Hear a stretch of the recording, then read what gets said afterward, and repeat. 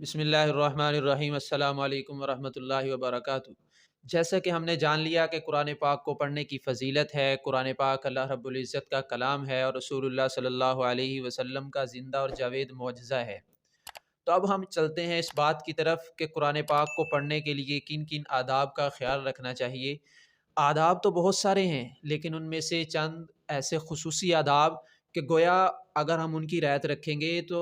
شاید ہم تمام کی رعایت رکھ سکتے ہیں۔ تو ان میں سے دیکھا جائے تو پہلا ادب یہ ہے کہ ہم اس بات کا استحضار اپنے دل کے اندر رکھیں کہ یہ اللہ رب العزت کا کلام ہے، اللہ رب العزت بادشاہوں کے بادشاہ ہیں، اس کلام کو لانے والی فرشتوں کی سردار شخصیت ہے، اور جس شخصیت پر یہ قرآن پاک نازل ہوا ہے وہ رسول اللہ صلی اللہ علیہ وسلم انبیاء علیہ الصلاۃ والسلام کی سب سے سردار شخصیت ہے۔ اگر قرآن پاک کو پہاڑوں کے اوپر نازل کیا جاتا تو وہ ریزہ ریزہ ہو جاتے۔ اسی طرح اللہ رب العزت زمین و آسمان کے پیدا کرنے والے اللہ رب العزت، چاند سورج، دن رات، ہر چیز کو پیدا کرنے والے، یہ اس کا کلام ہے۔ ہم اس کے استحضار کے ساتھ اگر اس کی تلاوت کریں گے تو اس کے ذریعے سے ہمیں بہت سارا فائدہ حاصل ہو جائے گا۔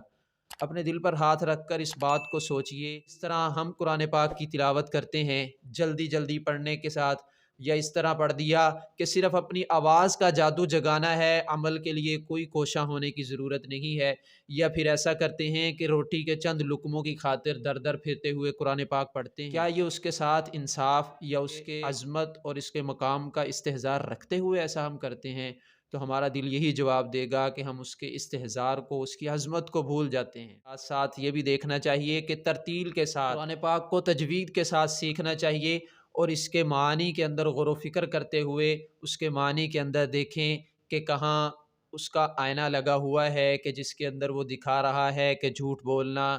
نافرمانی کرنا، بخل کرنا، کینہ حسد رکھنا، کسی کا حق کھانا، یہ سب گناہ ہیں۔ تو اب اس آئینے کے اندر ہم اپنے آپ کو دیکھیں۔ اگر وہ آئینہ ہمیں یہ دکھاتا ہے کہ میرے اندر جھوٹ ہے، میرے اندر بخل ہے، میرے اندر کینہ ہے، میرے اندر حسد ہے، یا اور کوئی ایسی گناہ والی بیماری ہے، تو میں اس آئینے کے اندر دیکھتے ہوئے اپنی ذات کو صاف کرنے کی کوشش کروں اور اس آئینے کے ذریعے سے اپنی زندگی کو ڈھالوں۔ اللہ تعالی ہمیں اس کے مطابق عمل کرنے کی توفیق عطا فرمائے۔